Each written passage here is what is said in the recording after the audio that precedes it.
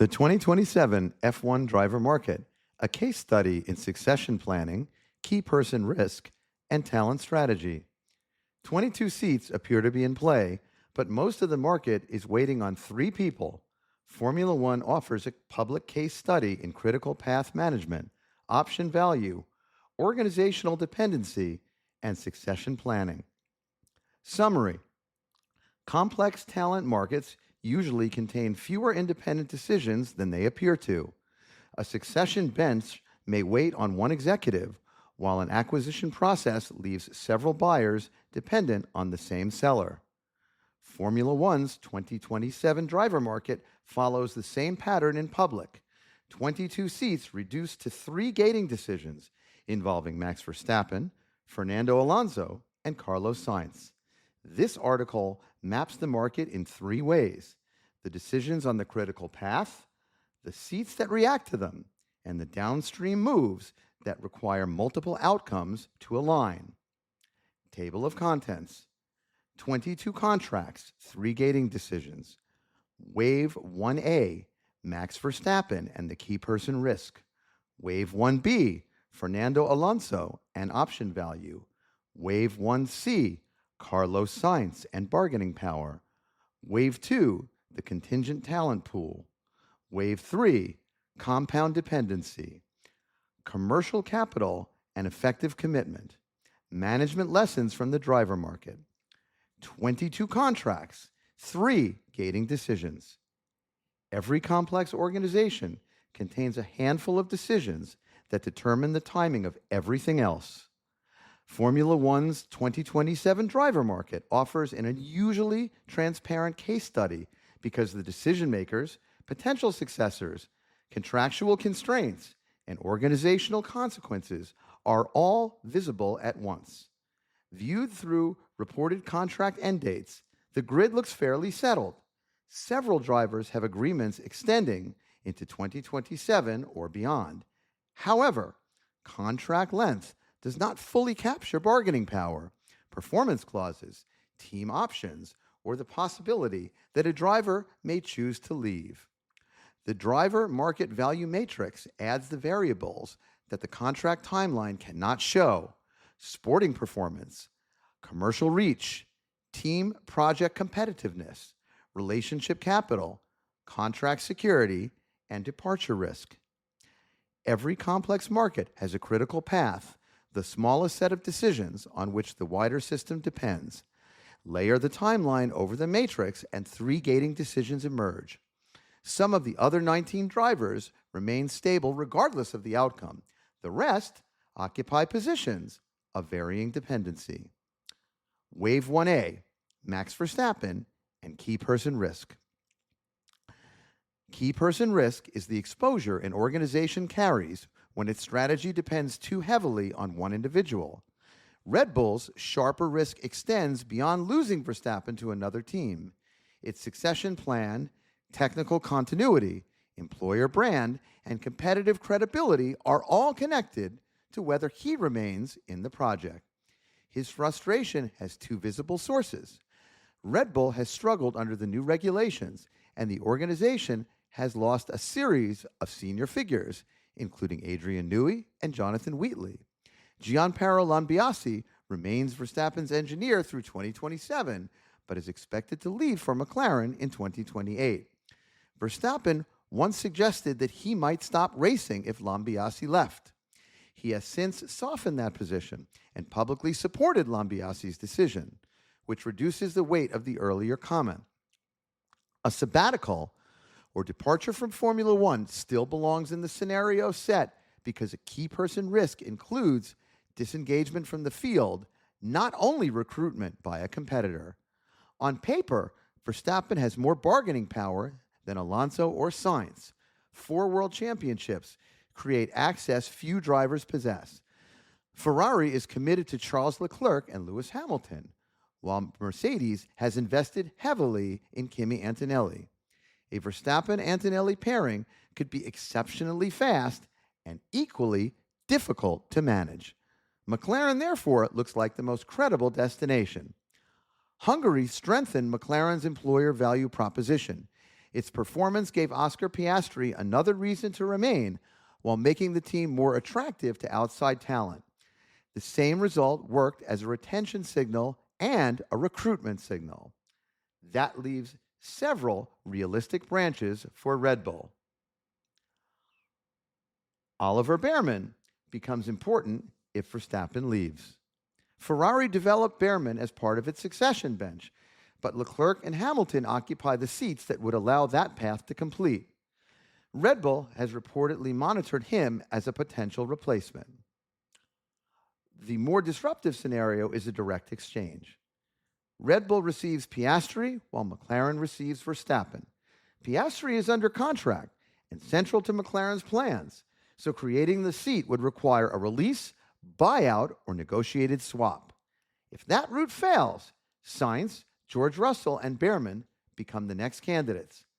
Wave 1B, Fernando Alonso, and option value. Decision latency is often treated as an absence of action. In practice, delay can preserve option value for the decision maker while preventing everyone downstream from completing their own plans. Alonso does not need to join another team to move the market. Aston Martin's opening exists only if he creates it. His decision is expected after the summer break, giving him time to evaluate whether the team's technical program is becoming competitive. Hungary provided encouraging evidence. Aston Martin's heavily revised car showed progress, while Honda's updated power unit is expected later in the season. Waiting allows Alonso to gather more information before committing to another year. His delay is therefore active rather than neutral. It preserves his own flexibility while imposing uncertainty on Aston Martin and every driver who might replace him. If Alonso stays, Aston Martin exits the senior driver market for another season. If he retires, the team must choose between its internal succession bench and an external hire. Jack Crawford would offer continuity and lower integration risk. A senior driver such as Sainz would offer experience, immediate credibility, and stronger evidence that Aston Martin still intends to compete at the front. Alonso's retirement alone creates the destination that Sainz and several other drivers currently lack. Wave 1C, Carlos Sainz and bargaining power. Sainz holds a different form of leverage because his mobility is self-directed. He does not need another driver to retire before he can act. He can remain at Williams if the project improves, or pursue Audi if it does not. That independence makes him one of the market's three gating decisions. Mattia Binotto brought Sainz to Ferrari to replace Sebastian Vettel, and now leads Audi's Formula One project. Audi would therefore be recruiting a driver Binotto already selected once, rather than beginning a new evaluation from scratch. The connection extends beyond Formula One. Carlos Sainz Sr. delivered Audi's first Dakar Rally victory in 2024, giving the Sainz name existing sporting and commercial equity within the brand. Williams struggled again in Hungary, and Sainz finished without scoring. If the car does not improve, Audi gives him a credible route out without requiring Verstappen or Alonso to move first. A Sainz move would put greater pressure on Nico Hülkenberg than Gabriel Bortoleto. Bortoleto brings youth, development potential, and commercial reach in Brazil. Hülkenberg represents the experienced part of Audi's original launch structure and may become easier to replace once the team has established itself. Sainz's departure would then leave Williams with a make-or-buy decision. The team could promote Luke Browning from within, validating its development system, or recruit externally for a more established replacement. Wave 2, the contingent talent pool. Succession planning requires managers to distinguish the stable core from the contingent talent pool.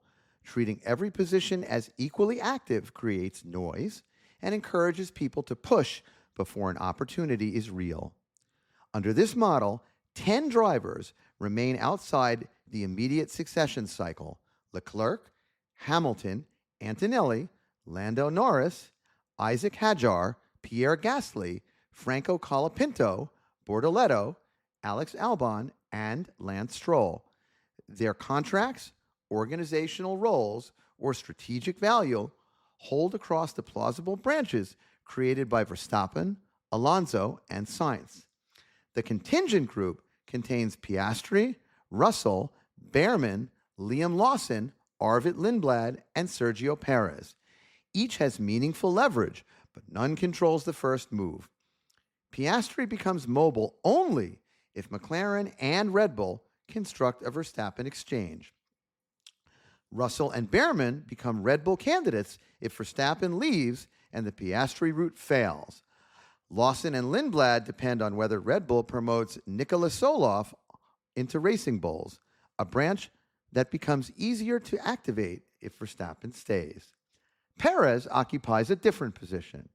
Cadillac may value the experience and commercial stability he provides, but he also carries enough market value to explore a stronger opening once Wave 1 resolves. His mobility is reactive, although it could still be voluntary. Wave 3, compound dependency. The farther a seat sits from the critical path, the more decisions must resolve in the same direction before the opportunity becomes real. Hülkenberg's Audi seat illustrates compound dependency. Sainz must first choose Audi. Audi must then decide that Hülkenberg, rather than Bortoleto, is the incumbent it is willing to displace. His exposure requires two aligned decisions. Esteban Ocon's future follows a separate branch tied to Haas's own contract cycle. If Haas releases him, the team must decide whether to promote Ryo Hirakawa, recruit Rafael Camara from Ferrari's development system, or select Leonardo Fornaroli from McLaren's bench. Valtteri Bottas occupies the opposite position from Perez. Perez can shop himself around if a stronger seat appears. Bottas loses his Cadillac seat only if the team decides it has extracted the experience and organizational knowledge it needed during its launch period. Cadillac could then select an emerging driver such as Camara or an experienced alternative such as Lawson. Those choices reflect different workforce strategies, accept development risk in exchange for upside, or purchase proven capability at a higher opportunity cost. Below these branches sit the reserve, testing, and F2 drivers who appear throughout the scenarios. None controls his own route to the grid. Each requires an established driver to leave, and in many cases, a second decision about the replacement profile the team prefers. That is the succession bench in its clearest form. Readiness matters, but timing remains controlled by somebody else. Commercial capital and effective commitment. A performance table captures output. It rarely captures the full value that an individual creates for customers, sponsors, and other stakeholders. Perez, Colapinto, and Bortoleto carry commercial capital that extends beyond their points. Mercado Libre sponsorship follows Colapinto and now includes Bortoleto and Perez in a regional campaign spanning Argentina, Brazil, and Mexico. The drivers function as commercial platforms connected to national identity and regional markets.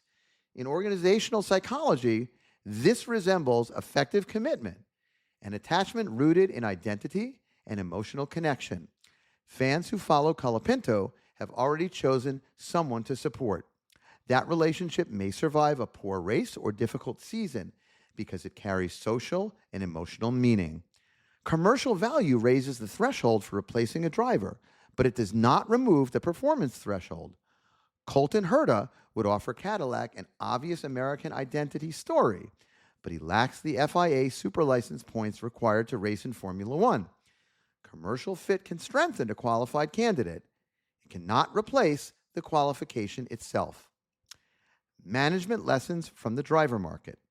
Formula One makes the sequencing unusually visible, but the underlying principles apply to executive succession, workforce planning, M&A, and partnership negotiations. Number 1, map the critical path before the org chart. 22 seats collapse into 3 gating decisions. Number 2, plan for every form of key person exit. The risk includes recruitment, retirement, disengagement, and departure from the field. Number 3, treat performance as a retention and recruitment signal. Results shape how current and prospective talent judge the organization. Number 4, recognize delay as the exercise of option value. An undecided person still controls timing and imposes decision latency downstream. Number 5, model dependencies alongside contract dates. Formal tenure can hide the interactions that create real instability. Number 6, measure leverage beyond performance. Commercial reach, political capital, stakeholder trust, and relationship equity influence close decisions. Number 7, maintain succession readiness without activating the bench too early. People several steps removed from an opening gain little by forcing the process prematurely. Number 8, separate immediate risk from compound dependency. Some outcomes require one event. Others require several decisions to move in the same direction. The 2027 driver market looks expansively because 22 seats can generate hundreds of theoretical combinations. In practice, it will clear in sequence. Verstappen, Alonso, and Sainz decide first. The contingent talent pool next.